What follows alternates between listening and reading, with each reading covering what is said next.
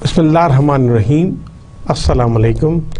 Welcome to the lecture number 17 of the course Data Structures. My name is Dr. Iftikhar Azim Niaz. My dear students, I sincerely hope that you are following the course and you are finding it not difficult to understand the concepts that I have been teaching for the last few lectures. और मुझे ये भी पूरी उम्मीद है कि आप programming practice लाजमन कर रहे होंगे, which will give you more confidence and more skill oriented. आज का लेक्चर स्टार्ट करते हैं. We will start as usual with the summary of the last lecture.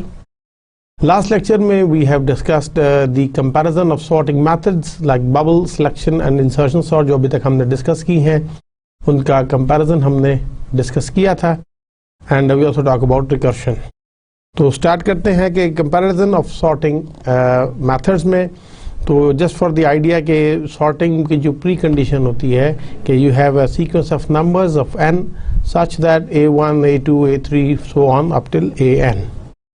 और आउटपुट जो है ये इनपुट होती है for a sorting algorithm and the output is the permutation reordering of a1 a2 a3 so on up till an of the input sequence such that a1 dash is less than equals a2 dash, a2 dash is less than equals a3 dash, a3 dash is less than equals a4 dash. It will continue up till you can say n minus 1 dash, which is less than and equal to an dash. ये इसके input और output sequence थे. और हमने सबसे पहले idea discuss किया था सिलेक्शन सॉर्ट का. आइडिया था कि you will find the smallest element in the array, the position of the smallest element, and you will exchange it with the element in the first position. So once you do it तो आपका the array is divided in two parts, sorted side and unsorted. And you find then in the second pass you find the second smallest element, the position of the second smallest element in the second pass, and at the end you exchange it with position number 2. So now the first two positions are in sorted order. In the second pass the first two elements now they are in the sorted order, and from element 3 to n are an unsorted order. And you continue this procedure until the array is sorted, that is for n minus 1 keys, and you will use the current position to hold the current minimum to avoid the large scale movement of keys. इसकी disadvantage हमने ये कही थी कि running time depends only slightly on the amount of the order in the file कि वो किस तरह है. और इसका हमने फिर वो एल्गोरिथम को भी ज़रा इन डिटेल देखा था कि इसमें बेसिकली नेस्टेड लूप है. पहला लूप है for I equals from 1 to n minus 1 you do, और उसमें आप आई की जो है वैल्यू देते हैं स्मॉलेस्ट को. यू एज्यूम के the first position of the array is the smallest one, and from जे जो है आई प्लस 1 to n डू. अब ये भी आपकी फिक्स्ड जो है आइट्रेशंस हैं, और इसके अंदर जो है if A of I is less than A of smallest then j is assigned to the smallest, and at the end of the loop the smallest a of smallest is stored into a of i. तो इसमें जो पहली जो हमने देखा था कि जो आउटर लूप है for i 1 to n minus 1 it has fixed n minus 1 iteration, और इसकी हम कॉस्ट इन टाइम कह सकते हैं कि n minus 1 होगी, depends upon the order of the अरे. स्मॉलेस्ट इक्वल हुआ ये भी आपका n minus 1 time cost in time जो है n minus 1 टाइम्स होगी, एग्जीक्यूट होगी. और हमने जो दूसरी इनर लूप थी i plus 1 to n do, इसका हमने कहा था कि it will have fixed n minus i iterations, and it will do about n square over 2 comparisons. जिसका हमने कहा था कि हम समेशन लेंगे from j1 to n minus 1, n minus i plus 1 आ जाएगा इसका. और हमने कहा था ये इफ़ ए इज स्मॉलेस्ट, इसकी भी समेशन जो है वो n minus i तक आएगी. जे टू असाइन जो उसमें इसकी भी जो कॉस्ट इन टाइम है that will be summation of n minus i. और जो आखिर में जो एक्सचेंज है about n exchanges it will cost in time n minus 1 in the worst case. और इसका फिर हमने ये देखा था इन दी एंड कि जो इसका बेस्ट केस भी आ रहा था उसमें जो इसके थे बिग ओ के ऑर्डर जो था n स्क्वायर था, एवरेज केस में भी n स्क्वायर था, एंड वर्स्ट केस में भी n स्क्वायर था. और इसकी worst space complexity, worst case में स्पेस कॉम्प्लेक्सिटी भी हमने देखा कि फॉर टोटल के लिए O to the order of n थी, और ऑक्सिलरी में चूंकि इसको नहीं चाहिए था एक ही जाए तो हमने कांस्टेंट रखा था। हमने कहा था कि इट विल ऑक्सिलरी स्टोरेज के लिए स्पेस जो है वो कांस्टेंट है। देन द सेकंड हमने जो देखी वो बबल सॉर्ट को हमने देखा, और idea of the bubble sort is to search the adjacent pairs that are out of order and then you switch the out of order key, और you have to repeat this for n minus 1 times, and after the first iteration the last key is guaranteed to be the largest, and if no switches are done in an iteration we can stop.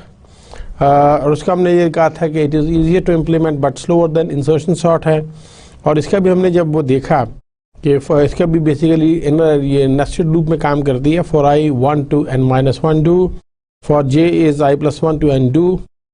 If a of j is greater than a of j plus 1, तो we will exchange a of j with a j plus 1.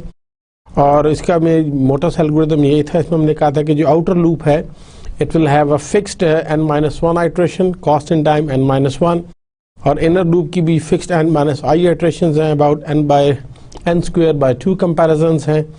और उसके भी हमने कहा था कि जो complexity in time होगी that will be j from ji to n minus 1, n minus I plus 1 summation हमने कहा था। और इसका जो कंडीशन है चेकिंग की वो भी तकरीबन n माइनस आई आएगी, summation of n minus I, and exchange भी जो है वो अबाउट n स्क्वायर बाय 2 जो है इसमें एक्सचेंजेस होंगी, and it will be a summation of n minus I.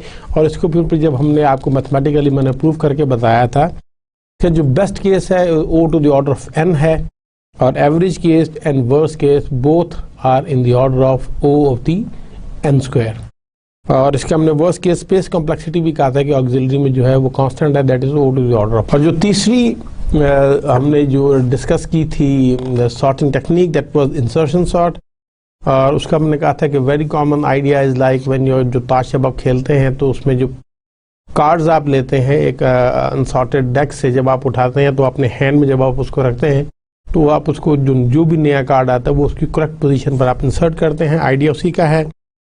और हमने कहा था कि you start with an empty left hand and the cards facing down on the table, you remove one card at a time from the table and insert it into the correct position in the left hand, compare it with each of the cards already in the hand from right to left. The cards held in the left hand are sorted. These cards are originally at the top cards of the pile on the table. और हम इसमें यही कहते हैं कि the list is assumed to be broken into two pieces. हम उसको कहते हैं कि unsorted portion and the sorted portion. Keys will be inserted. हम one by one key को लेते हैं, means the element from the unsorted side, और उसको हम sorted side में उसकी position पर हमने insert करना होता है। अगर उसकी position already किसी ने occupy की हुई है तो उसको हम shift करते हैं toward the higher side. We make the slot empty and then we insert it. And for each new key, search backward through the sorted keys, and you move keys until the proper position is found. You place the key in the proper position. और इसमें हमने कहा था देखा था कि there are about n square by 2 comparisons and exchanges.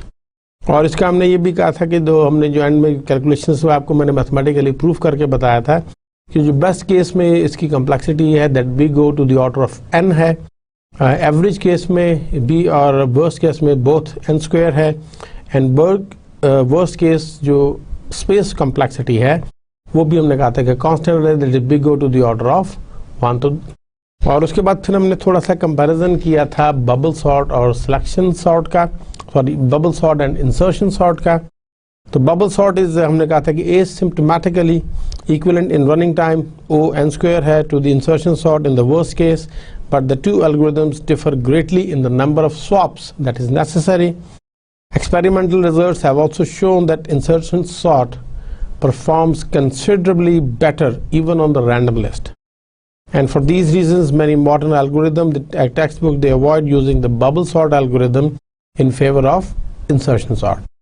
और हमने कहा था कि bubble sort also interact poorly with the modern CPU hardware because it requires at least twice as many writes as insertion sort, twice as many cache misses, and asymptotically more branch misprediction.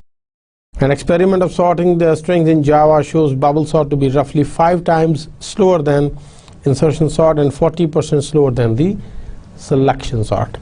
फिर हमने comparison किया था selection sort का भी, और हमने भी कहा था कि among the simple average case O to the order of n square algorithms, selection sort always outperforms bubble sort, and simple calculations show that the insertion sort will therefore usually perform about half as many comparisons as selection sort, although it can perform just as many or far fewer depending on the order the array was in prior to sorting. और हमने कहा था कि selection sort is preferable to insertion sort in terms of number of writes, क्योंकि इसकी जो swaps हैं वो O to the order of n है, और जबकि इंसर्शन सॉर्ट की O to the power of n square है स्वाप। तो that was the comparison. I hope कि अब आपको इन तीन में जो है सॉर्टिंग टेक्निक्स में डिफरेंसेस क्वाइट क्लियर होंगे and you won't find a problem in understanding. उसके बाद हमने ब्रीफली स्टार्ट किए थे रिकर्शन, कि recursion is the process of repeating items in a self similar way. For instance, when the surface हमने कहा था of two mirrors, they are exactly parallel with each other, the nested images that occur are form of an infinite recursion. The term recursion has a variety of meanings specific to a variety of disciplines ranging from linguistics to logic. और in computer science में हमने कहा था कि a class of objects or methods exhibit recursive behavior. और वो to properties ये थी कि इसमें there will be a simple base case और cases and a set of rules which, और दूसरा प्रॉपर्टी ये थी कि a set of rules which reduce all other cases towards the base case. और उसमें हमने जैसे एग्जांपल के तौर पे कहा था कि जो पर्सन्स के इंसेस्टर्स हैं दे फॉर्म रिकर्सिव डेफिनेशन, कि one's parents are one's ancestor, ये हमने कहा था बेस केस है। The parents of one's ancestors are also one's ancestor, ये उसका रिकर्सिव स्टेप है। और उसके बाद हमने कुछ मैथमेटिक्स में और दूसरी चीज़ों में भी देखे थे, और हमने बेसिकली कहा था कि recursion is a method where the solution to a problem depends on solutions to smaller instances of the same problem, कि हम ब्रेक डाउन करेंगे और उसको स्मॉलर इंस्टेंसेस को उसमें जब देखेंगे तो उसी के सम के बराबर होगा। And this approach can be applied to many types of problems and is one of the central ideas of computer science. And the power of recursion evidently lies in the possibility of defining an infinite set of objects by a finite statement. In the same manner हम ये कह सकते हैं कि an infinite number of computations, they can be described by a finite recursive program, even this program contains no explicit repetitions.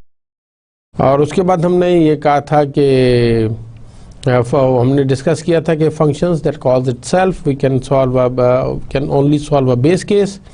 You divide the problem into what it can do, what it cannot do. It resembles the original problem, and it basically launches a new copy of itself.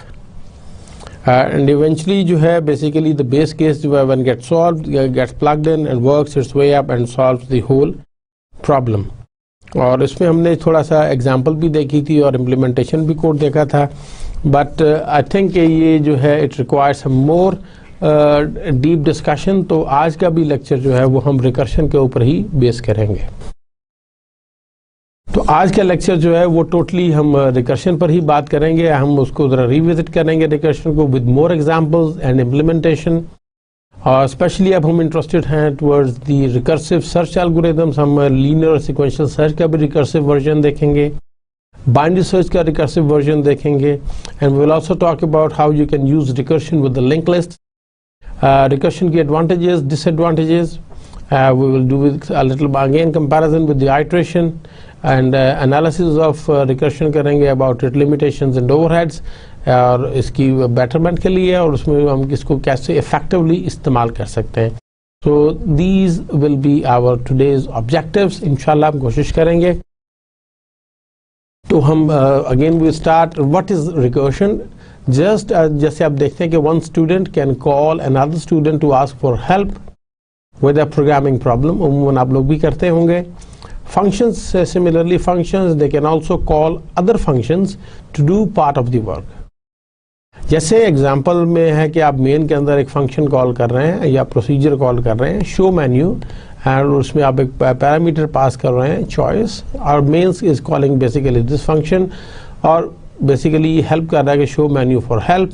And so on. इस तरह जो है वो आपके दूसरे functions भी they can call other functions to get some help. However हम ये देखते हैं कि students seldom call themselves but functions can call themselves and on some occasions this even makes sense.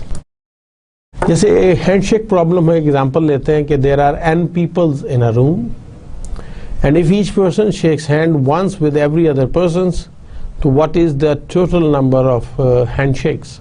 हर आदमी ने हर दूसरे आदमी से जो कि उस रूम में प्रेजेंट है उससे अगर गिने तो अंदाजन कितने हैंडशेक्स होंगे। देखिए अब ये दो लोग जब हैंडशेक करेंगे तो दैट विल बी 1, और जब 3 लोग आ जाएंगे तो हम ये कह सकते हैं कि H2 and +2, और जब तीसरा आदमी भी आ जाएगा तो हैंडशेक जो है वो हम ये कह सकते हैं H3 + 3। और जब अब ये होगा तो ये आप ये देखेंगे कि h of n जो है वो h of n - 1 + n + 1। तो हम ये इसका सोल्यूशन ये कह सकते हैं कि basically it is sum of integers ranging from 1 to n - 1। In short हम ये कह सकते हैं which is equivalent to n × n - 1/2। तो इतनी नंबर ऑफ हैंडशेक्स हो जाएंगे। तो recursion basically it's a recursive method is that calls itself directly or indirectly. How indirectly? Via another method.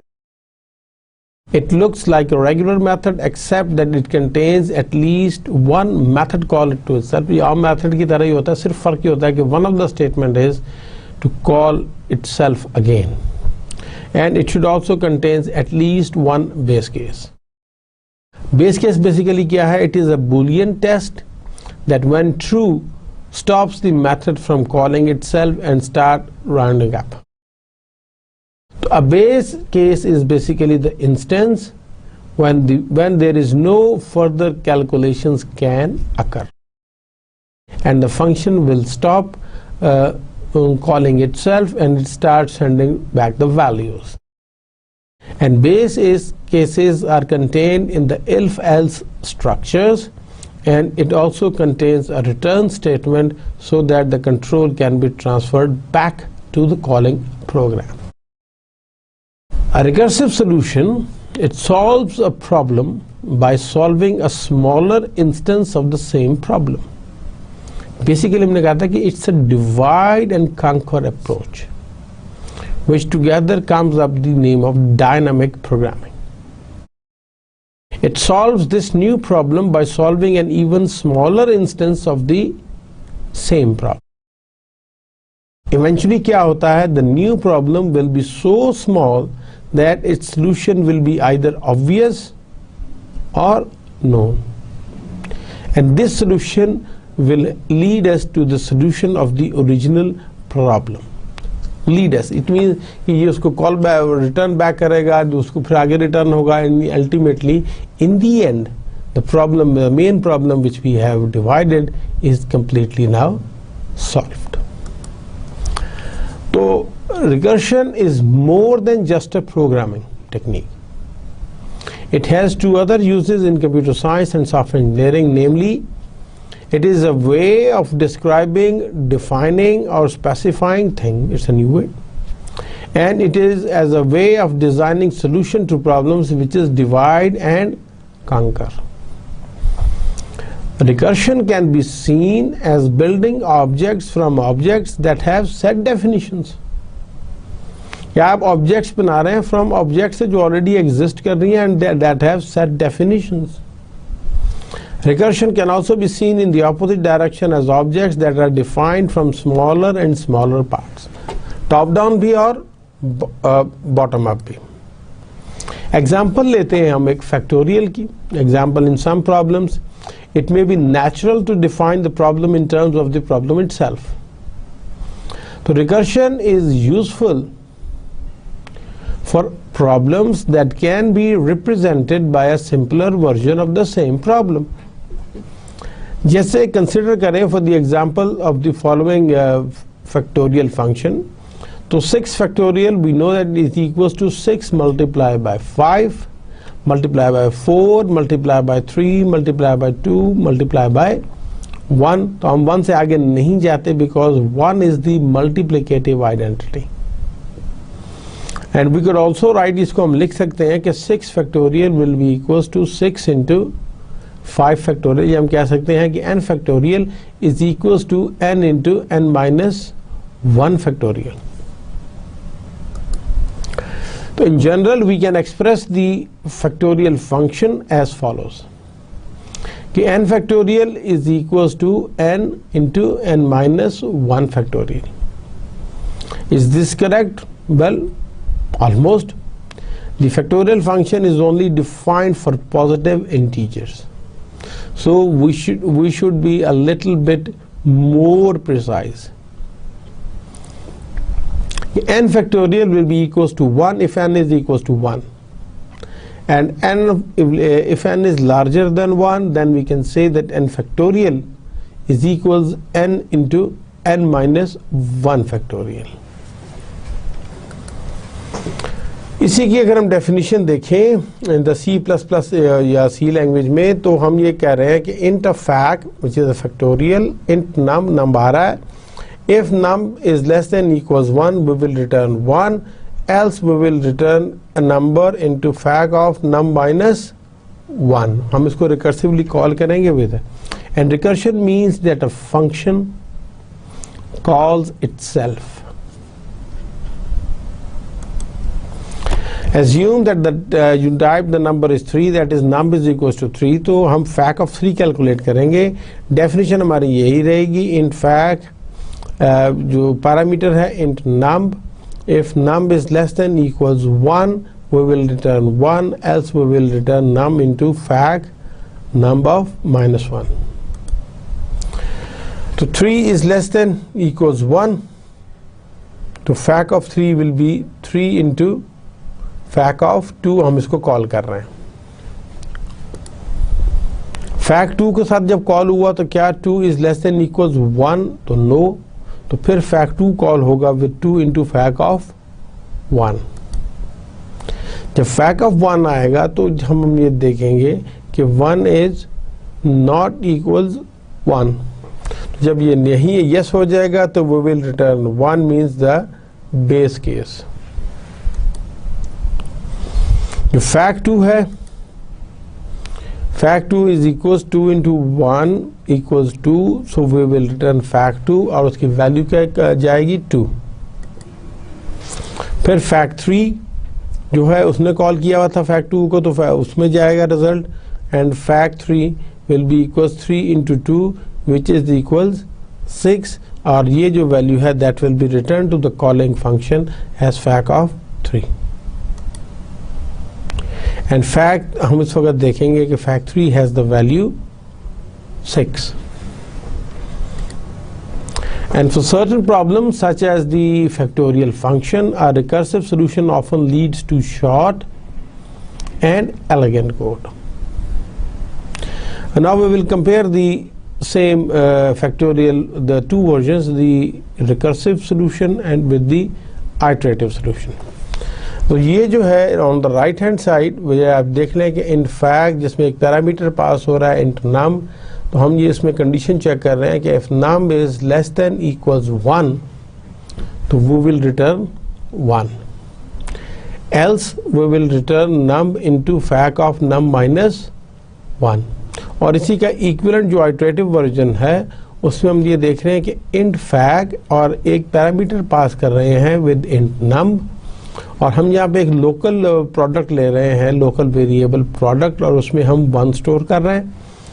और अब हम देख रहे हैं कि while num is greater than 1 we do what we do product equals product into num, और उसके बाद हम क्या कर रहे हैं num माइनस माइनस कर रहे हैं और ताकि वो num कम होता जाए, और जब ये ग्रेटर देन तक 1 रहेगा तो ये होता जाएगा. अदरवाइज जब ये लेस देन 1 मीन्स जब ये 0 पहुंच जाएगा तो ये लूप ब्रेक हो जाएगी और आपका वो कंट्रोल वापस ट्रांसफ़र हो जाएगा.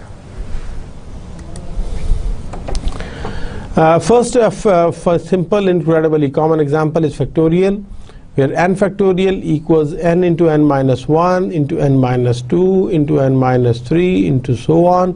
ये आएगा n minus n minus 1 which is n minus n plus 1 which is n minus 1. Rather 1 आ जाएगा, क्योंकि ये इसका जो है प्लस एन और माइनस एन का इफेक्ट कैंसिल हो जाएगा। इसी का अगर हम मैप करेंगे, if the value of n is 4, तो 4 फैक्टोरियल किसके बराबर होगा? 4 factorial into 4 minus 1 into 4 minus 2 into 4 minus 3 which is equals 4 into 3 into 2 into 1 which is equals 24. And this is the pattern that suggests recursion as a good solution. और हम यहाँ पर ये देख रहे हैं iterative solution which is not recursive. Recursive mean कि ins factorial int n पास हो रहा है और int I ले रहे हैं local variable, fact को ले रहे हैं, और हम ये कह रहे हैं कि for I 1 to n I greater than equals 1 I minus minus fact is static plus equal, जो static equals to I, तो फैक्टोरियल उसमें स्टोर होता रहेगा, and when this loop will be terminated the value of fact will be calculated और it will be return to the calling. अभी हम उस factorial का जो है एक रिकर्सिव वर्जन देखते हैं. इन जनरल हम ये कह सकते हैं कि we can define the factorial function in the following way, कि फैक्टोरियल की जो मैथमेटिकल डेफिनेशन है 1 है if n is equal to 0, and if n is greater than 0, so that will be n into n minus 1 into n minus 2 into so on 3 into 2 into 1. तो 1 factorial जो है that will be equals 1, 2 factorial is 1 into 2 which is 2, 3 factorial is 1 into 2 into 3 6, 4 factorial is 1 into 2 into 3 into 4 24, and 5 factorial is 1 into 3 into 4 into 5 which is equals to 120. और इसका recursive version अगर हम देख लें कि जिसमें हम कह रहे हैं कि n factorial will be equal to n into n minus 1 factorial, तो इंट फैक्ट और एक पैरामीटर इंट n पास कर रहे हैं, और हम यहाँ पे कंडीशन लगा रहे हैं कि if n is less than equals 1 we will return 1, ये हमारा बेस केस रहेगा, else we will return n into fact of n minus 1, ये इसको अपने आप को रिकर्सिवली कॉल कर रहा है. To see how recursion works, let's break down the factorial function to solve the problem. अब factorial 3 जब हुआ तो वो रिटर्न आया with 3 into factorial of 2, और factorial of 2 जब हुआ तो उसने एंड पे कैलकुलेट किया, वहाँ पे जवाब आया 2 into factorial of 1, उसने एक दफ़ा फिर अपने आप को कॉल किया. अब factorial of 1 जब आया तो factorial 1 is 1 into factorial of 0, और फिर जब फैक्टोरियल ऑफ 0 कैलकुलेट हुआ तो ये बेस केस हो गया, देन इट विल बी 1. और उसके बाद हम क्या कर रहे हैं कि अब ये चूंकि इसकी वैल्यू 1 आ गई तो फैक्टोरियल 1 ने कैलकुलेट हुआ 1 इंटू 1, ये 1, तो ये जब कॉल बैक रिटर्न इसका रिजल्ट आया तो ये इस जगह पर आ गया जहाँ पर ये था, तो factorial 2 will be equals to 2 into 1 which is equals to 2, ये कैलकुलेशन होगी और ये वैल्यू रिटर्न होगी यहाँ पर जो कॉल इसने किया था. तो factorial 3 into 2 which is equals to 6, so that will be the required answer. तो वही हम उसको थोड़ा सा और से भी देख लेते हैं कि into rect fact in n if n is less than equals 1, तो this is the base case और द टर्मिनल केस, तो वी विल रिटर्न 1. एल्स हम क्या करेंगे कि otherwise return the current value times the factorial of the next lowest integer, जैसे कि हमने देखा कि we will return n into rect of fact n minus 1. तो अगर हम रेक्ट 4 के लिए देखें तो फंक्शन कॉल ने, हम इसको ट्रैक बैकवर्ड करेंगे कि फैक्ट 4 ने कॉल किया basically 4 into rect fact of 3, और रेक्ट फैक्ट ऑफ 3 ने कॉल किया 3 इंटू फैक्ट 2, और उसको जो है 2 के साथ जब हुआ तो ये रेक्ट फैक्ट 1 हो गया. और हम ये देखेंगे कि ये शुरू में जब 1 हुआ तो ये एक्चुअली अब यहाँ पर रिप्लेस होगा विद 1, तो 2 इंटू 1 फिर ये जो वैल्यू आएगी वो इसको कॉपी होगी विच इज़ 3 विच इज़ 2, तो 3 इंटू 2 कैलकुलेट होगा 6, and this 6 will be called return back to this function जहाँ पर इसने कॉल किया था. अब उसकी जब ये वैल्यू आ गई तो 3 इंटू 6 दैट विल बी 18, तो ये went back to rect of 4 where it is calculated 4 into rect fact 3. तो रेक्ट फैक्ट 3 जो था वो हमारा 6 आया था, तो 6 इंटू 4 इज़ 24. 4। हम अज्यूम कर रहे हैं the number type is 3, that is number is equal to 3। तो फैक्ट ऑफ 3 क्या करेगा, 3 इज लेस देन इक्वल 1, तो ये calculate fact of 3 will be equal 3 into fact of 2। और ये 2 जो है जब इस 3 ने किया तो ये इसने अब फैक्ट 2 को कॉल किया अपने आप को विद द न्यू पैरामीटर्स, तो क्या आया, fact is 2 is less than equal 1, तो ये फैक्ट 2 कैलकुलेट हुआ 2 एंड फैक्ट 1। तो जब उसके बाद फैक्ट 1 कैलकुलेट होगा, कॉल होगा, तो वो चूंकि बेस केस है तो इट विल रिटर्न 1, तो वो मेन में चला जाएगा, तो यहाँ पर उसका आ जाएगा 1, तो 2 इंटू 1 क्या हो जाएगा 2, which will be the value of fact of 2। और यही 2 जब इधर ट्रांसफर होगा, इसने कॉल किया था, तो we can send 2 into 1 which is equals 2। अब वो 2 जब वैल्यू यहाँ पर आ जाएगी, दैट इज मल्टीप्लाइड बाय 3, तो you will get the result fact of 3 which will be calculated here and stored in this function। और एंड पर हम ये देख रहे हैं कि fact of 2 is 2 into 1 into 2, तो हम ये कर रहे हैं रिटर्न फैक्ट 2। तो फैक्ट 3 जो है वो बेसिकली उसको वो वैल्यू ले रहा है, तो 3 into 2 6 हो जाएगा, तो return fact 3 and fact 3 is the required value of the program। तो रिकर्शन में we must always make sure that the recursion bottom out means कि वो नीचे की तरफ जाएगी। A recursive function must at least then contain more than one, at least one non-recursive branch, and the recursive calls itself eventually lead to a non-recursive branch। We need to take care of the iteration। तो उसमें हम देखते हैं कि if we use iteration we must be careful not to create an infinite loop by accident। जैसे अगर हम iteration में देखें तो अगर हम ये देख रहे हैं कि for I increment equals 1, increment less than equals to 10, increment plus 2, तो यहाँ पर क्या होगा कि फर्स्ट टाइम आई की वैल्यू 1 होगी, फिर ये 2 दफ़ा इंक्रीमेंट हो जाएगा 3, फिर नेक्स्ट टाइम 2 दफ़ा इंक्रीमेंट होगा 5 which is still not equals to 10, तो हम चलते जाएंगे, तो 5 के बाद फिर ये 3 ऐड करेगा, तो that will make them 8 and उसके बाद अब हम जब चाहेंगे जब उसमें हम एक और 2 दफ़ा इंक्रीमेंट करेंगे तो इट विल कम टू 11, 1 + 3 + 5 + 7 + 9 + 11, तो जब 11 हो जाएगा तो ये वो चलता जाएगा, फिर ये रुकेगा नहीं, तो ये इसको हम कह रहे हैं oops you have to stop the entry condition।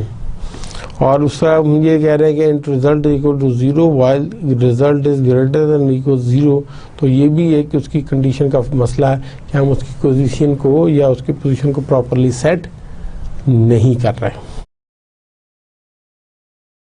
तो similarly we can use recursion, we must be careful not to create infinite chain of. और इसमें अगर हम देखें कि function call fact int num return num into fact of num -1 जब करेंगे तो वो जो भी जो है there is no terminating condition, तो ये कोई ना कहीं गड़बड़ ज़रूर कर जाएगा। और इसका जो दूसरा वर्जन है विच इज़ हम इसमें देख रहे हैं कि int fact int A be less than equals 1, तो रिटर्न 1, एल्स आप रिटर्न करेंगे नम इंटू फैक्ट नम +1, तो यहाँ पर भी हम ऊप्स करके कह रहे हैं कि ये बेसिकली जो है वो बेस केस जो है वो return 1 num into fact of number +1, ये नंबर +1 करते रहेंगे, जबकि यहाँ पर हम नम को लेस देन इक्वल्स टू 1 कह रहे हैं, तो ये गड़बड़ हो सकती है। अब वे तो रिकर्सिव प्रोसीजर्स बेसिकली क्या है, it is a way of defining a concept where the text of the definition refers to the concept that is being defined। In programming में हम कह सकते हैं कि recursive procedure is a procedure which calls itself, वो अपने आप को ही कॉल करता है। The recursive procedure it must use a different argument than the original one, otherwise the procedure would end up getting into an inner loop। तो इसकी जो classic example है वो factorial function 1 2 3 up till n into n, हम ये कह सकते हैं कि here is the recursive definition of a factorial, f of n is n minus n factorial, तो हम f of n is equal to n factorial. अब हम यहाँ पर देख रहे हैं कि मैथमेटिकली क्या है कि f of n in the case of factorial, if f of n if n is equals to 1 then it will be n is equals 0, और otherwise n dot f into n plus 1, it means कि ये वो function of n square जो है वो यहाँ पर आ जाएगा और उसके हिसाब से ये चलेगा. कंटेंट्स क्या होते हैं रिकर्सिव मेथड के कि एक तो आपका बेस केस लाजमी होगा. Values of the input variables for which we perform recursive calls are called base cases, and there should be at least one base case in any given procedure. Every possible chain of command every possible change of recursive calls, it must eventually reach the base case. जब वो base case पे पहुंचेगा तो वो start calling back होना शुरू हो जाएगा और फिर in the end आपको जो terminating condition है या उसमें जो पहली कॉपी है उसमें आगे वो रिजल्ट को डिस्प्ले कर देगा या रिटर्न कर देगा. तो recursive call basically are calls to the current method, and each recursive call should be defined so that it makes progress towards a base case. तो ये जरूर ध्यान रखना है. अगर हम रिकर्शन को विजुलाइज करें, इसकी हम रिकर्शन ट्रेस को, there is a box for each recursive call and arrow from each recursive call to the callee, और इसमें होगा an arrow from each callee to callee will also show the return value. अब हमने देखा कि इसने call किया recursive factorial 4 के साथ, उसने आगे चूंकि वो 4 को कैलकुलेट नहीं कर रहा था तो वो कर रहा है कॉल रिकर्सिव फंक्शन 3, और रिकर्सिव फंक्शन 3 कॉल कर रहा है रिकर्सिव फंक्शन 2 को, और रिकर्सिव फंक्शन 2 कॉल कर रहा है रिकर्सिव फंक्शन 1 को, और ये कॉल कर रहा है रिकर्सिव फंक्शन 0 को. तो अब जब से ये इसका बेस केस आ जाएगा तो ये रिटर्न होके इसको चूंकि इसने कॉल किया है तो यहाँ चला जाएगा, यहाँ पर वैल्यू आ रही है 1, और जब ये यहाँ से टर्मिनेट होके यहाँ पर जब जाएगा तो it will be return 1 into 1 which is equals 1, और फिर जब ये भी कैलकुलेट हो गया तो 2 की बजाय रिप्लेस विद दिस, तो जब ये इसमें जाएगा तो ये हम देखेंगे कि इट विल बी रिटर्न 2 + 1, क्योंकि 2 की वैल्यू यहाँ से आ गई +1 अभी उसका भी बाकी है, और फिर ये जब इसको कॉल करेगा तो वो फिर बेसिकली वो कॉल मुझे आ जाएगी, एंड और उसमें जो कॉल में जो हम ये देखते हैं कि जो फाइनल आंसर है that will be displayed. Linear recursion में there is a test for base cases. You begin by testing for a set of base cases. There should be at least one in your every recursive function. And every possible chain of recursive calls must eventually reach a base case. And the handling of each base case should not use recursion. जब वो handle कर रहा हो तो उस वक्त मज़ीद recursion call वो accept शायद ना करें. So recur once means perform a single recursive call, and this recursive step may involve a test that decides which of the several possible recursive calls we have to make, but it should ultimately choose to make just one of these calls each time we perform this step. तो हम यहाँ से कह सकते हैं कि we can define each possible recursive call so that it makes progress towards a base case. ये बहुत important चीज़ है कि every possible recursive call जो है हमें define करनी पड़ेगी so that it makes progress towards the base case. ये हम लीनियर रिकर्शन की एक और एग्जांपल देख रहे हैं कि जिसमें हम लीनियर सम ले रहे हैं ऑफ एन एरे और N integer n is equal to 1 such that a has at least n elements. This our first n integers in a. तो बेसिकली हम ये क्या कर रहे हैं, हम कह रहे हैं कि अगर n is equals to 1 है then you will return a of 0, else आप क्या करेंगे कि लीनियर सम a n-1 जो कि बेसिकली n की जगह हम n-1 भेजेंगे प्लस a of n-1. अब यहाँ से देखें कि ये मेन प्रोग्राम ने कॉल किया linear sum with the value of a और 5. A is the integer array and 5 is the number of elements, यानी कि किस एलिमेंट को आप इस वक्त चेक करना चाह रहे हैं, वैल्यू ऑफ n क्या है। अब 5 चूंकि नहीं है तो वो कॉल करेगा with linear sum a of 4 को, विच विल कॉल करेगा लीनियर सम a ऑफ 3 को। चूंकि इसके पास डिफाइन नहीं है, ये इसको आगे रिकर्सिवली कॉल हो रहा है, अभी बेस केस नहीं आया, तो it will call linear sum a2। और फिर जो a2 जो है वो चूंकि खुद अभी टर्मिनेटिंग सिंबल सेंटिनल नहीं है, तो वो एक दफ़ा और कॉल करेगा linear sum a plus a minus 1। तो उसमें क्या है कि जब ये बेस केस पे पहुंचेगा तो ये रिटर्न करेगा कि a ऑफ 0 इज इक्वल्स 4, यानी कि 4 पोजीशन पर है, एंड ये रिटर्न करेगा, ये यहाँ पे basically 4 into 4 minus I plus 4 plus 3 that will be equals to 7। और ये जो है जब ये कॉल मुकम्मल हो जाएगी तो ये इसको कॉल इसने किया हुआ है, तो यहाँ पे पहुँचेंगे तो रिटर्न करेंगे 7 plus a of 2 will be equals 7 plus 6 that will be equals to 13। और उसके बाद जब ये कॉल मुकम्मल हो जाएगी, रिटर्न बैक हो जाएगा, तो इसको कॉल करने वाला a4 था, तो अब उसकी a4 में जो है a3 की वैल्यू आ जाएगी 13 plus a3 which will equal to 13 plus 2 that will be equal to 15। और फिर जब ये कॉल मुकम्मल हो जाएगी तो will send the transfer of control back to the calling program linear sum array 5, जिसमें वो 15 प्लस a ऑफ 4 को करेगा, तो a4 की वैल्यू आई है 5। तो हम ये कह सकते हैं कि return we will 15 plus this, तो 5 which is equals to 20। अब हम एक और प्रॉब्लम देखते हैं, रिवर्सिंग एन एरे। एल्गोरिथम क्या है, रिवर्स करेगा एरे, जो ए हम पास कर रहे हैं विद आई एंड जे, ये कंट्रोलिंग वेरिएबल्स हैं, and array and should be non negative integer indices I and J. Output क्या है कि the reversal of the elements in A starting at index I and ending at index J. तो if i is less than j, तो हम ये कह सकते हैं we will swap a of i with a of j and we will again call reverse a into i plus 1 comma j minus 1। तो defining arguments हम अब ये करते हैं, डिफाइन करते हैं आर्गुमेंट्स फॉर रिकर्शन। तो in creating recursive methods it is important to define the methods in the ways that facilitate recursion.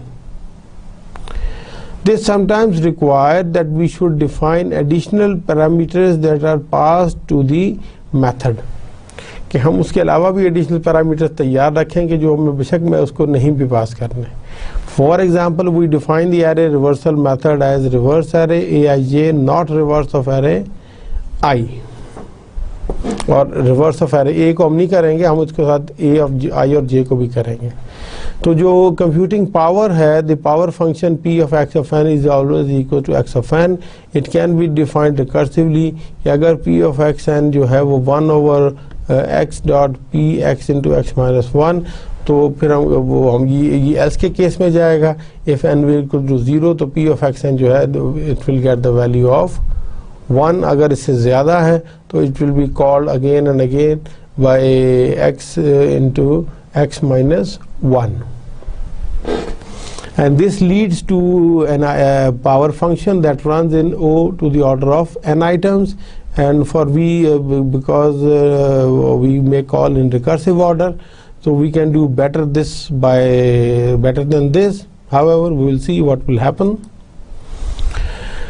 Though also we can derive a more efficient and linearly recursive algorithm by using repeating squares. इसमें हम ये कह रहे हैं कि जैसे power of x of n है, तो हम ये कह रहे हैं कि for x equal to 0 it will be i, and for x is greater than 0 अगर odd है तो हम कहेंगे x dot p of x into n minus 1 over 2 का whole square, and if x is greater than 0 and it is even, हम इसको calculate करेंगे p of x n over 2 whole square।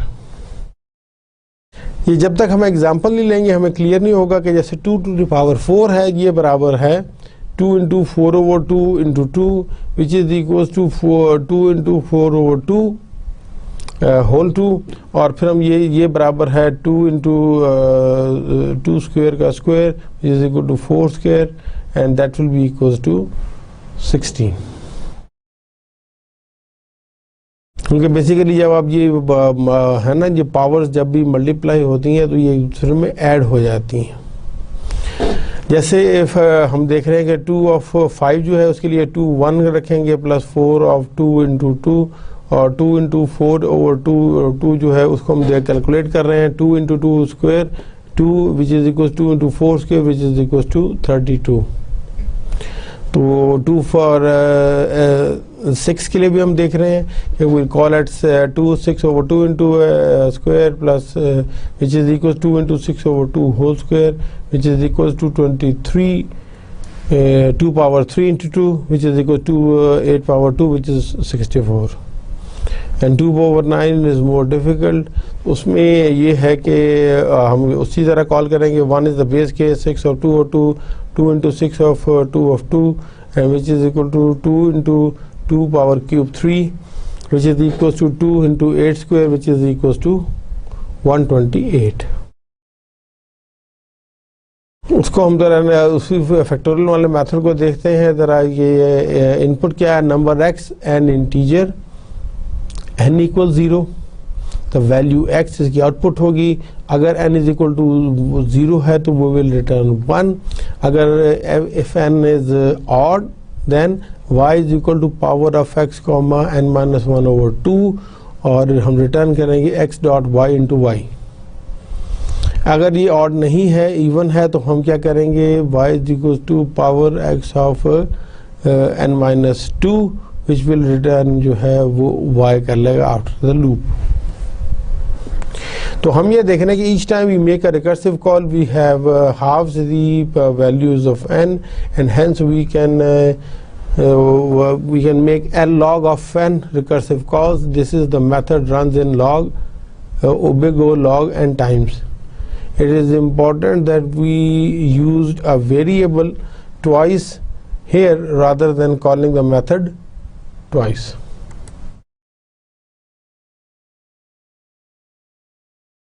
तो अभी हम टेल रिकर्शन को भी देख लेते हैं.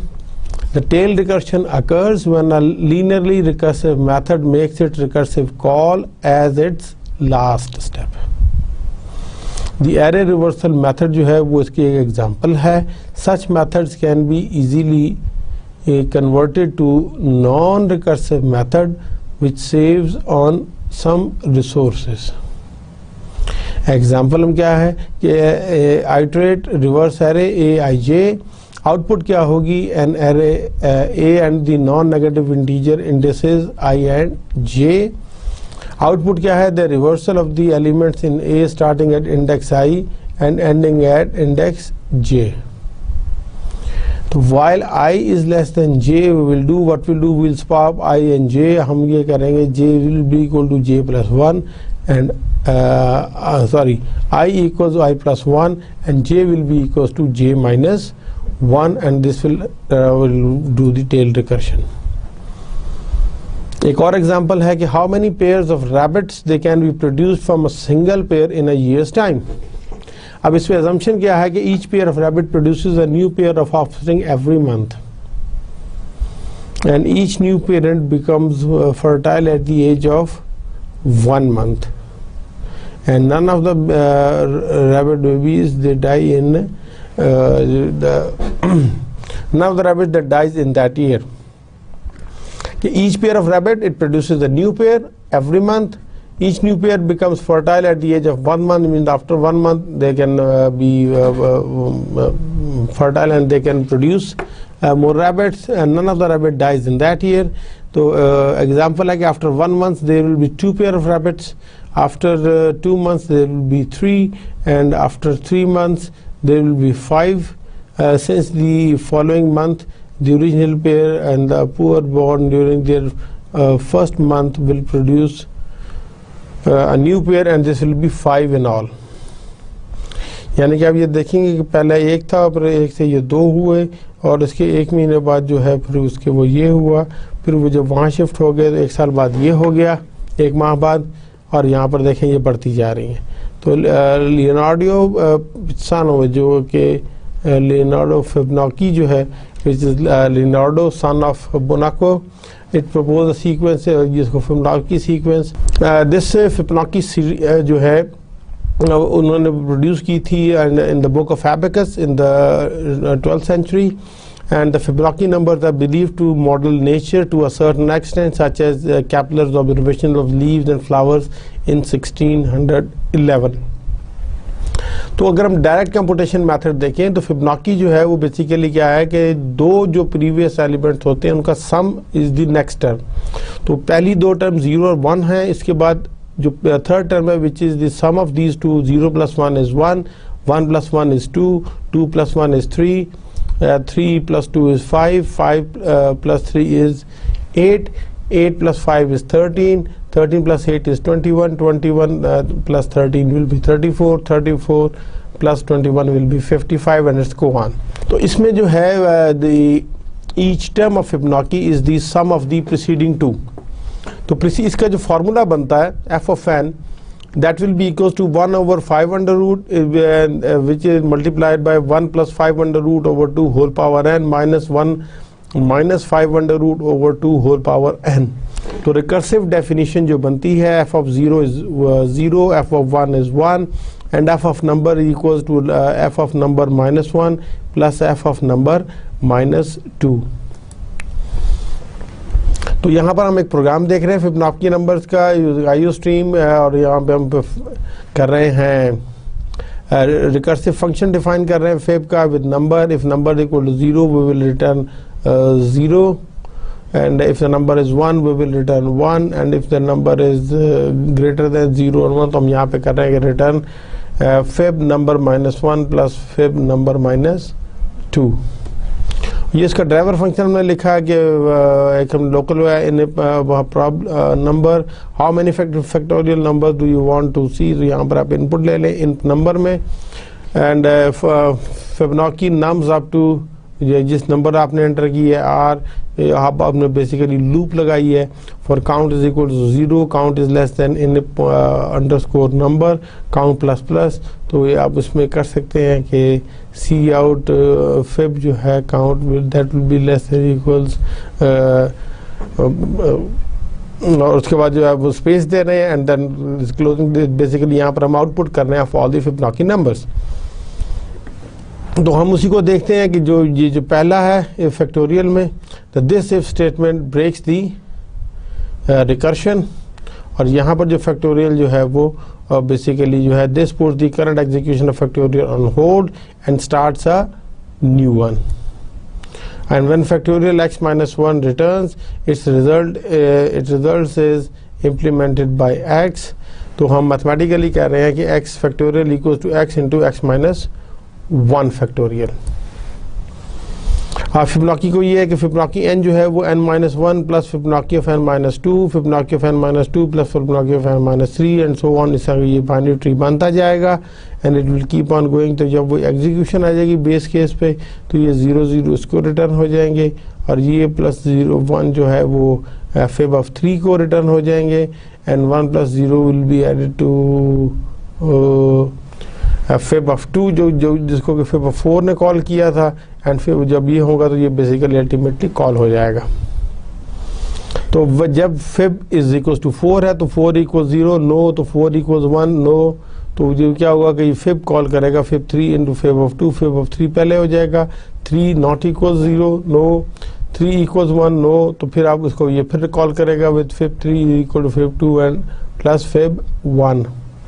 तो उसके बाद जो है वो फिब 2 होगा, उसमें 2 = 0 नो, 2 = 1 नो, तो फिर जो फिर रहा है तो वो basically fib of 2 will be equal to fib of 1 plus fib of 0 and fib of 1 जो है उसने कॉल, तो जो वो कॉल हुआ 1 = 0 नो, 1 = 1 येस, तो यहाँ पर फिब = 1, तो ये रिटर्न हो गया। जब ये रिटर्न हुआ तो ये इसको चला गया, यहाँ पर वैल्यू आ गई। अब उसके बाद ये वाला कॉल होगा, फिर जब ये वाला कॉल होगा तो इसमें आएंगे तो यहाँ पर वैल्यू ट्रांसफ़र हो जाएगी, और फिर आप ये देखेंगे इट विल गो ऑन, तो ये एंड में फिब ऑफ उसकी कर देगा।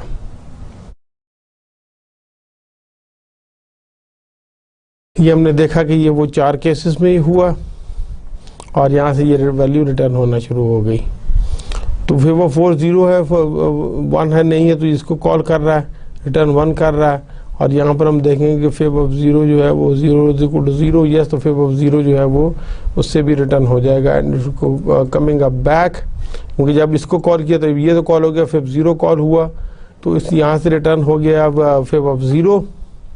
तो जब इधर आया तो फेब 2 में वैल्यू आ गई 1 प्लस 0 और ये 1, अब फेब 2 इधर कॉल आया और ये भी उसके बाद फेब ऑफ 1 गया, 1 प्लस फेब ऑफ 1, तो फेब ऑफ 1 जो है वो उसमें बेस केस की वजह से फिर 1 आ जाएगा, तो ये यहाँ पर आएगा 2 के अंदर Feb 3 will be 1 plus Feb of 1, तो फेब ऑफ 1 में हम चेक कर रहे हैं तो फिर वो में रिटर्न हो जाएगा 1 प्लस 1, ये 2 हो जाएगा और ये फिर आपका फेब ऑफ 3 में कैलकुलेट होकर ऊपर चला जाएगा, तो फिर ये फेब ऑफ 2 और ये फिर ये कॉल होंगे, अल्टीमेटली 4 फैक्टोरियल का रिजल्ट आ जाएगा।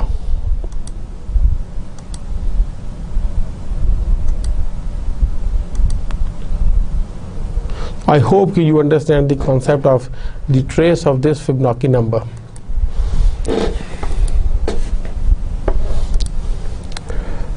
वो फिर वो फेब 2 को कॉल करेगा बैक लेफ्ट साइड पे, तो वहाँ से होगा फेब 2, फिर 1 और 0 को कॉल करेगा, ये 1 कॉल हुआ, ये 0 कॉल हुआ, इसके रिटर्न हुआ, तो यहाँ से वैल्यूज आना शुरू हो गई। तो आप ये देखेंगे कि फेब ऑफ 4 जो है वो इस तरह कैलकुलेट हो जाएगा, it will return fib 4। So there is जो है an obvious circularity here, factorial calls factorial, which calls factorial, etc. But one is called with a smaller value for our argument, means eventually argument becomes less than or equals 1, and we will invoke if clause to terminate the recursion. The recursive method is a kind of function that calls itself, or a function that is part of a cycle in the sequence of function calls. तो problem suitable for recursive जो है, one और more simple cases of the problem have a straightforward solution, the other cases can be defined in terms of problems that are closer to the simpler cases, and the problem can be reduced entirely to the simple cases by calling the recursive function. तो if this is a simple case you will solve it, else आप क्या करेंगे कि redefine the problem using recursion. तो हम यही basically इस problem को आगे बढ़ाते हैं कि splitting a problem into smaller problems. तो आप जो अब ये देखते हैं बेसिकली, तो आपका जो है आप साइज जो है साइज ऑफ एन प्रॉब्लम को आप करते हैं size 1 problem into size of n-1 problem. फिर आप इस साइज n-1 प्रॉब्लम को, और हम यार एजम्पशन ये है कि will the problem of size 1 can be solve easily, ये सिंपल केस है, and then we can recursively split the problems into a problem of size 1 and another problem of size n-1। इसको हम continue करते हैं, तो ये n-1 जो है it will B size 1 problem into n-2 size of n-2 problem, और ये भी चूंकि अभी है मजीद हो सकता है, हम इसको करेंगे size of 1 problem into size so on, और यहाँ पर साइज ऑफ 2 प्रॉब्लम आ जाएगी, और साइज ऑफ 2 प्रॉब्लम को भी हम ब्रेक डाउन करेंगे साइज 1 प्रॉब्लम में। अब हम इनको सॉल्व करेंगे और इनको सारों को सब समेटेंगे, तो वो will get the answer to the size n problem. तो एक और हम एडिशन का भी हम ले लेते हैं, performs integer multiplication using the plus operator.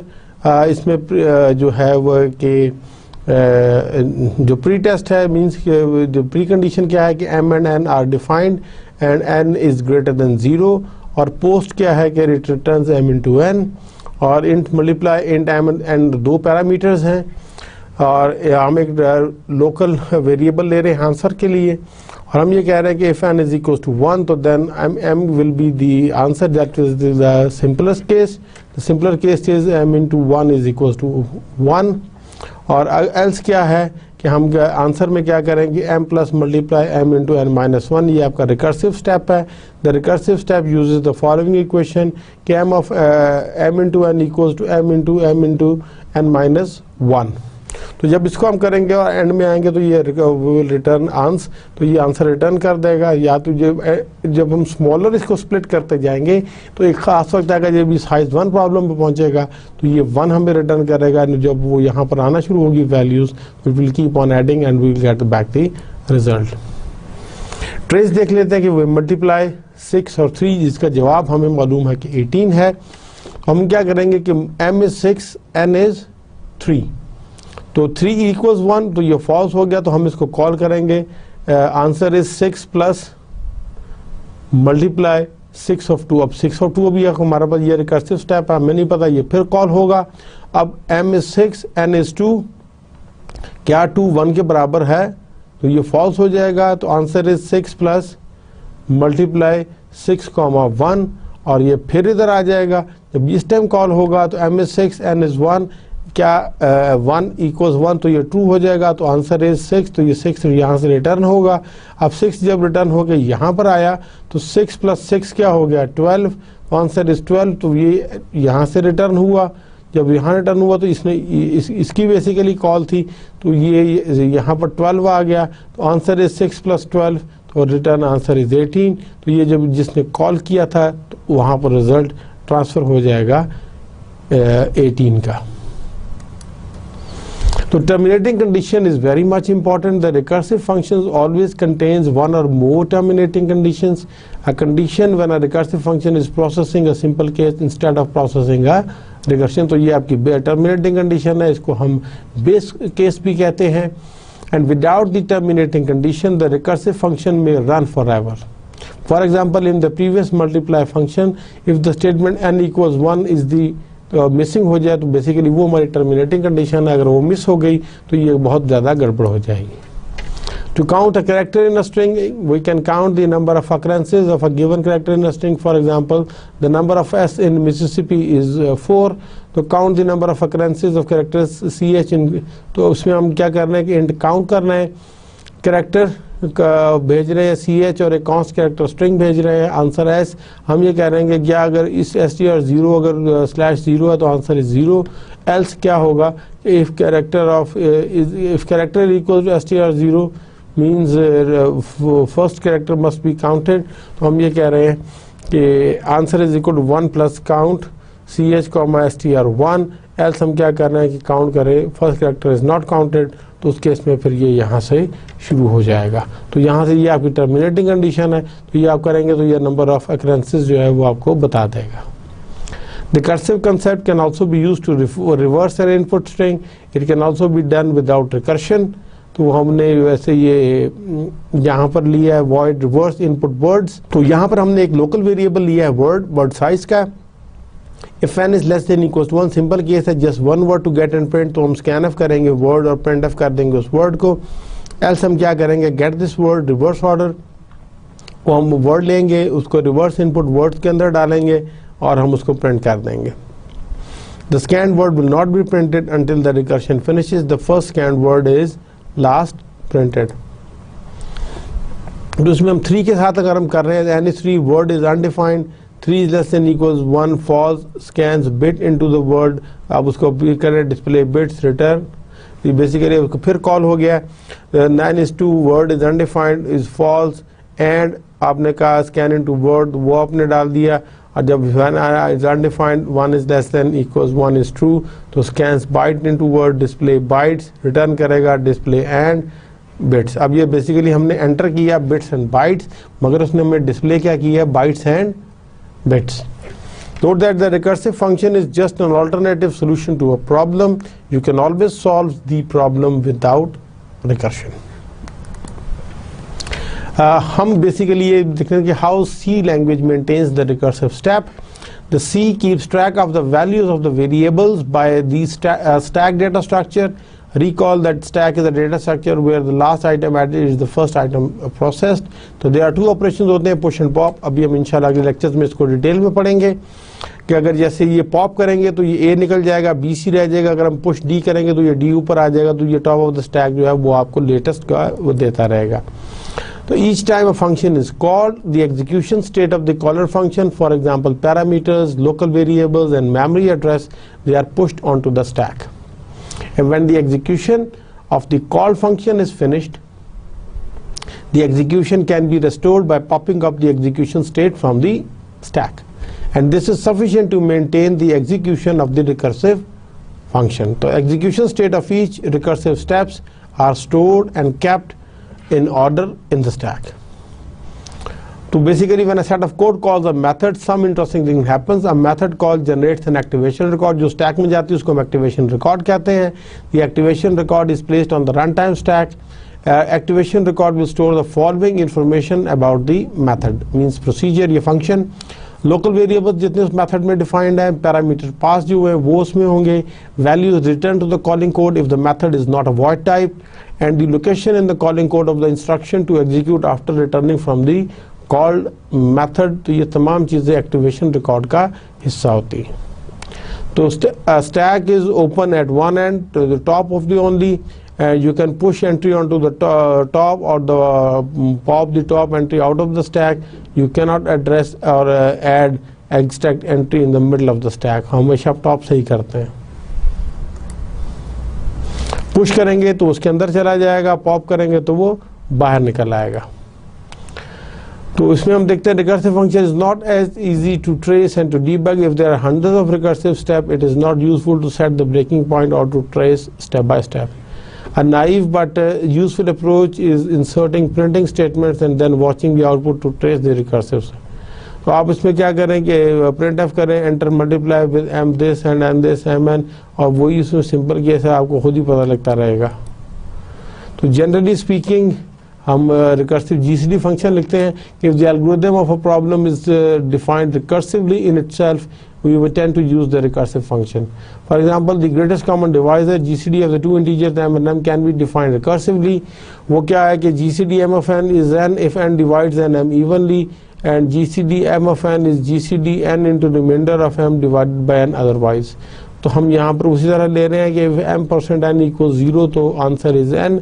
Else हम क्या करेंगे कि हम आंसर के अंदर GCD n comma m% n वो जो है वो हम डाल देंगे. उससे हमें वो पता लगता रहेगा, ये रिकर्सिवली कॉल हो जाएगा. Tower of Hanoi is the classic case. Tower of Hanoi problem involves moving a number of disks in different sizes from one tower, जिसको हम पैक भी कहते हैं, to another, and the constraint is that the larger disk can never be placed on top of a smaller disk. Only one disk can be moved at each time. Assume that there are 3 towers available. तो फिर आपने इसको यहाँ पर कैसे shift करना है. तो क्लासिकल केस में है कि आप पहले इसको वो 5 उधर चले जाएं, बाकी ये इधर आ जाएं, और फिर ये 4 उधर चले जाएं, बाकी 3 इधर आ जाएं, और फिर आप ऐसे करेंगे कि 1 by 1 इसको करेंगे तो ये यहाँ पर आ जाएगा. This problem can be solved easily by recursion. इसका algorithm क्या है कि if n is 1 then move disk 1 from the source tower to the destination tower. Else आप क्या करेंगे कि move n minus disk from the source tower to the temp tower, move disk n from the source tower to the destination tower, and move n minus 1 disk from the temp tower to the source tower. Display instructions for moving an disk from peg to peg using, जो हम देख सकते हैं इसमें हम void tower लिख रहे हैं कि from peg input naming the problem 3 pegs, character 2 peg और ये एक्सिलरी पैक और इंट n. अगर n 1 है तो print of move disk 1 from peg C to peg C. Percentage C character wise देख रहे हैं कि फ्रॉम पैक टू पैक, और एल्स क्या है कि आप उसको ऑक्सिलरी पे ले जाएंगे and you keep on moving. ये आपका रिकर्सिव स्टेप है. The execution result of tower A, B, C, 3 होगा तो move disk 1 from A to C, move disk 2 from A to B, move disk 1 from C to B, move disk 3 from A to C, move disk 1 from B to A, move disk 2 from B to C, and move disk 1 from A to C. इसको trace करेंगे तो ये हो जाएगा. तो moving stack of disk from one pack to another, move one disk at a time, and larger disk may never be on top of the smaller.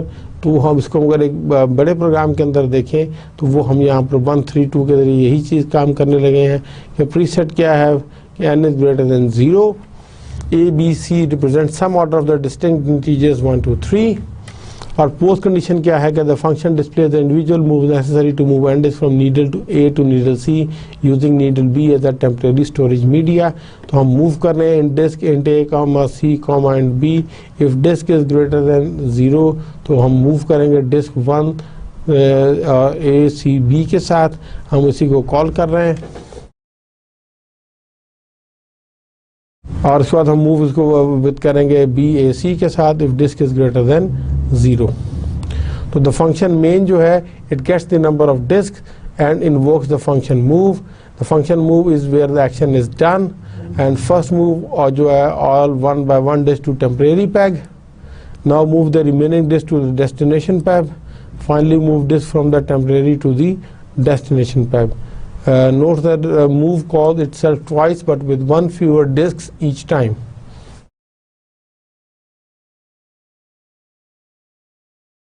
तो basically ये भी वही चीज़ है. This task require this with 3 disks. हम में कर रहे हैं कि source है, ये auxiliary है, ये destination है.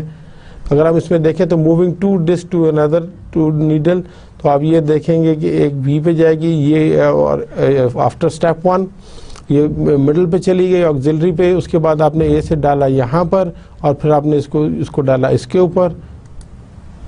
और अगर हम इसको 3 वाले के लिए देखना चाहें तो वो पहली को उधर रखेगा, फिर दूसरे में जो है वो आप सेकंड वाले को इधर ले आएंगे. और फिर आप क्या करेंगे स्टेप 3 में कि यहाँ से ये 1 ऊपर ले जाएंगे, ये ऊपर आ जाएगी. और उसके बाद फिर आप इसको इधर मूव करेंगे और इसको इधर मूव करेंगे, यहाँ पर यूं हो जाएगा. फिर आप यूं से यहाँ से यूं मूव करेंगे और एंड वाली को यहाँ से यहाँ मूव करेंगे. तो स्टेप 7 में you can get the answer.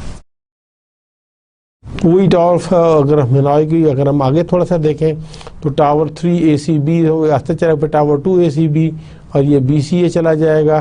Step 4 में, स्टेप 2 में जो है वो ये इस तरह चला जाएगा. टावर 1 ये कॉल्स होते जाएंगे और ये रिकर्सिव इसी तरह वापस होगा and you will get back the answer. वो इसका प्रोग्राम है with please enter a positive disk और while disk is greater than 0. Hanoi 1,3 num disk please enter positive number. और उसके बाद आप कर सकते हैं. और ये हमने वो टावर हो गया कि from 6 to this find the temporary storage column. If n is equals 1 तो move disk 1 from this to this. और एल्स में क्या है कि आप फिर उसको कॉल कर रहे हैं फ्रॉम टेम्प ना -1 के साथ, तो ये भी इस तरह हो जाएगा.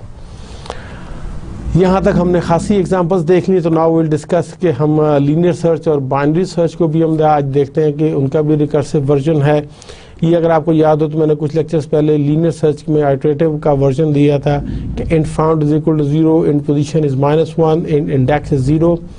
while index is less than size and found equal to 0. आप क्या अगर चेक करते हैं कि if list of index equals to item found is equal to 1 और इंडेक्स को मूव करते हैं पोजीशन में, अदरवाइज आप इंडेक्स को प्लस करते हैं. जब वैल्यू ब्रेक होती है तो वट एवर पोजिशन हो तो वो आप रिटर्न कर देते हैं.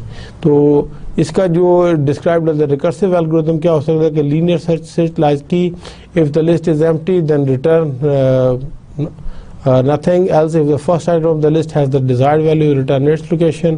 Else आप क्या करेंगे, return linear search value remainder of the list. तो इसको हम एक रिकर्सिव कोड में हम देखें तो वही है कि if हम इसमें ले रहे हैं int list, int first, last और key. तो if first is equal to last तो ये बेस केस है कि target not found तो return last. if first list of first is equal to target तो बेस केस ले रहे हैं target found, return first. और इंडक्टिव स्टेप है search with range first plus 1 to last. तो ये आपका अदरवाइज जो है एल्स पोर्शन में ये लीनियर वो ये कॉल हो जाएगा with first plus 1 last and target और इट्स कीप ऑन गोइंग तो एंड पर आपको रिजल्ट मिल जाएगा. इसी तरह हम बाइनरी सर्च को भी देख सकते हैं. हमने कहा कि ये इसमें एंटर सर्च वैल्यू और बाइनरी सर्च के लिए हम इसको कॉल कर रहे हैं. तो ये इसका जो आइटरेटिव वर्जन है वो आपने देखा हुआ है बड़ी डिटेल से कि डेटा है, साइज है, वैल्यू है, first last upper, first equal to 0, last equal to size -1, while true. Middle आप निकालते हैं फर्स्ट प्लस लास्ट का. अगर डेटा मिडल में मिल जाता है तो you will return middle. Else if first is greater than equals to last तो return -1. Else if value is less than data middle तो आप last is equal to middle -1 करते हैं, otherwise first of middle plus 1 कर देते हैं. इसी का जो है विद रिकर्शन अगर आप करेंगे तो आपको वो यही आ जाएगा. मिडल को उसी तरह करेंगे. If data middle is equals to value return middle. else if first is greater than equals last return -1 के रिकॉर्ड फाउंड नहीं हुआ. else if value ये दोनों बेस केस आ गए. if value is less than data of middle तो आप करेंगे return bin search कोई bin chr data first middle -1 value. else आप करेंगे b search r data middle +1 last and value. अगर आप ये दोनों का कंपैरिजन देखें तो सिर्फ ये है कि रिटर्न तो उसी तरह ही सिर्फ ये हम यहाँ पर वहाँ पर हम सेट कर रहे थे और यहाँ पर हम जो है वो उसकी जो रिकर्शन जो है वो उसको कॉल कर रहे हैं. ये भी उसी का एक और वर्जन है इन बाइनरी सर्च। डबल के साथ भी हम देख रहे हैं कि left is equal to right, तो if B is equal to X of left return left else return -1। Otherwise आप कैलकुलेट कर लें, अगर वो दरमियान वाला एलिमेंट है तो मिड का हो जाएगा, अदरवाइज आप उसको रिकर्सिवली कॉल कर लेंगे। एक और आपका लिंक लिस्ट को भी आप जो है वो आइटरेटिव का जो वर्जन है, हम इसमें क्या कर रहे हैं कि फॉर का आप वैल्यूज एंटर कर रहे हैं, आपने वैल्यूज एंटर की हैं 5, फिर आप उसको जो है इन वैल्यू के साथ आप बेसिकली को डिस्प्ले कर रहे हैं। और इसी का अगर हम देखेंगे तो ये प्रिंटिंग का लिस्ट बैकवर्ड जो है ये रिकर्सिव वर्जन है।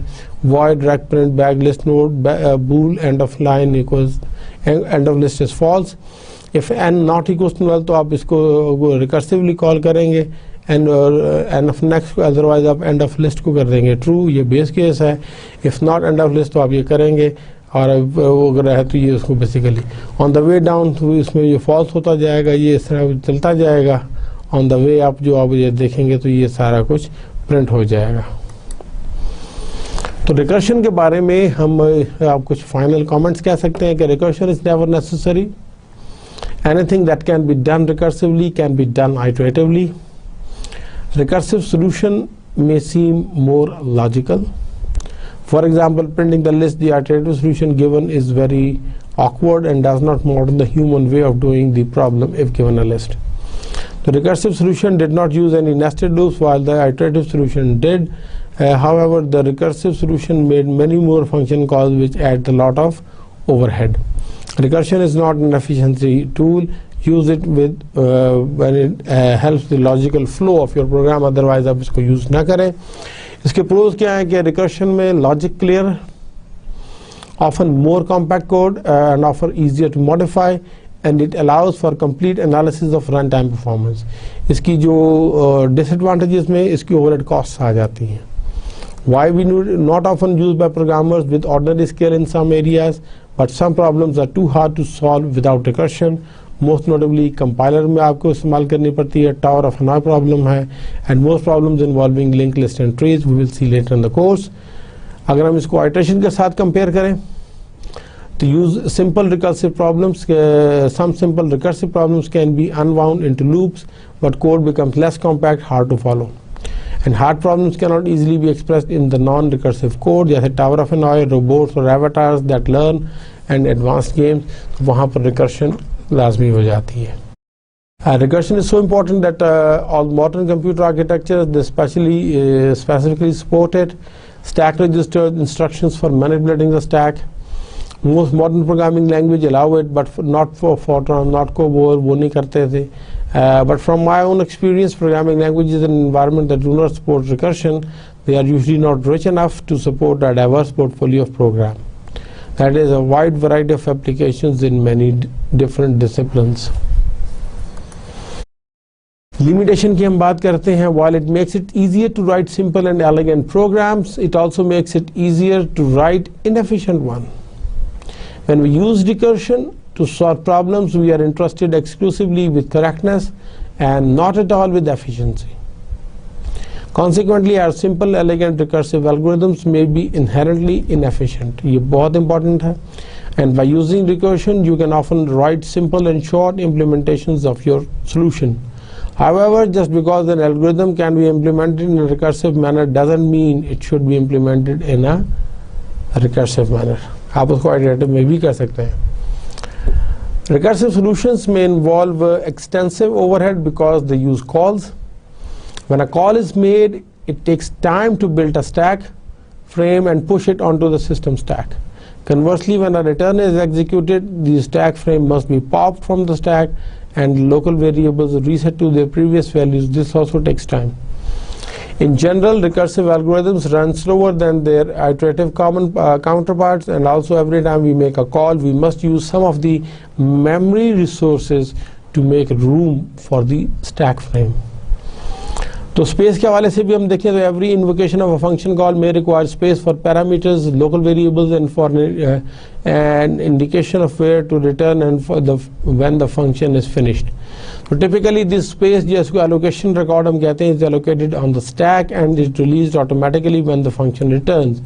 Thus, a recursive algorithm may need space proportional to the number of nested calls to the same function. Time के हवाले से हम देखेंगे तो the operations involved in calling a function, allocating and later releasing local memory, copying values into the local memory for the parameters, branching to returning from the function all contribute to the time overhead. If a function has very large memory requirements, it would be very costly to program it recursively. But even if there is very little overhead in a single function call struct, recursive functions often call themselves many times, which can magnify a small individual overhead into a very large cumulative overhead. So we have to pay a price for recursion. So calling a function consumes more time and memory than adjusting a loom counter. High performance applications like graphic actions, games, simulations of nuclear explosion, they hardly ever use recursion. In less demanding application, recursion is an alternative attraction for iteration, but for the right problems. तो final comments हम ये कह सकते हैं कि recursion के बारे में कि for every recursive algorithm there is an equivalent iterative algorithm. Recursive algorithms are often shorter, more elegant and easier to understand than their iterative counterparts. However, iterative algorithms are usually more efficient in their use of space and time. तो ये आज का lecture था. उम्मीद है कि आपको आज के लेक्चर में काफ़ी बातें समझ में आई होंगी. हम इसको समराइज कर लेते हैं. We thoroughly discuss the recursion today. उसके डिफरेंट हमने कॉन्सेप्ट को एक नज़र दोबारा देखा. We discussed 5-6 different examples. उनकी हमने ट्रेस भी देखे, एल्गोरिथम्स भी देखे, इम्प्लीमेंटेशन भी देखी. We also talk about the recursive version of the search algorithms such as linear or sequential search, binary search, हमने वो भी देखे. We also have one-two algorithms for recursion with linked list. अब उसके ज़रिए भी इस्तेमाल कर सकते हैं. हमने we talk about the advantages and disadvantages of the recursion.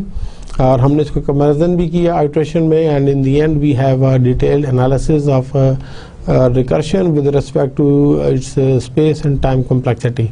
तो आई सिंसियरली होप कि आप लोगों को आज का लेक्चर समझ में आ गया होगा. काइंडली इसकी एक्सरसाइज ज़रूर कीजिएगा. जितने प्रोग्राम भी हैं इनको रन कीजिएगा. इसके अलावा आप प्रैक्टिस करें रिकर्सिव फंक्शन लिखने की, so that in the coming lecture जब आपको असाइनमेंट्स और वो चीज़ें मिलें तो you can able to easily perform the operations. तो अगले लेक्चर के लिए इजाज़त दीजिए. मेरा ईमेल एड्रेस आपके पास है. इन केस ऑफ आपको कुछ बात समझ में ना आ रही हो उससे ज़रूर रब्ता कीजिएगा. अगले लेक्चर के लिए इजाज़त दीजिए. अल्लाह हाफिज़.